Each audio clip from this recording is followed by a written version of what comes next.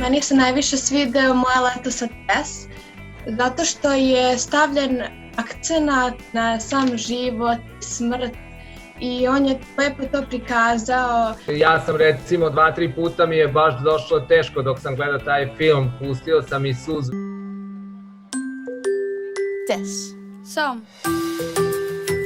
Mensen vonden mij vaak raar, maar Tess was nog veel raarder. Film je neobičan, kako se sve te neke okolnosti tu skupile. Ona je skroz pozitivan lik i ona i Sam su jako slični jer gledaju na život, kako kažem, u narandžastim naočarama, ako razumete.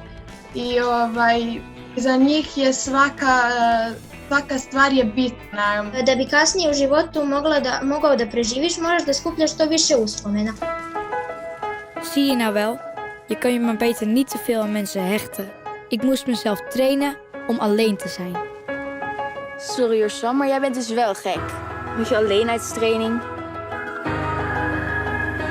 Wat kom je hier doen? Jou opzoeken? Ik heb je nodig. Ipak je to film.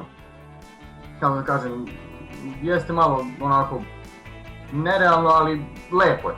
Na mene su veliki utisak ostavili kadrovi u tom filmu. Poruka je da trebamo da imamo nekoga ko je pored nas. Da trebamo da čuvamo svoju porodicu, svoje prijatelje, jer će oni uvek tu da budu za nas.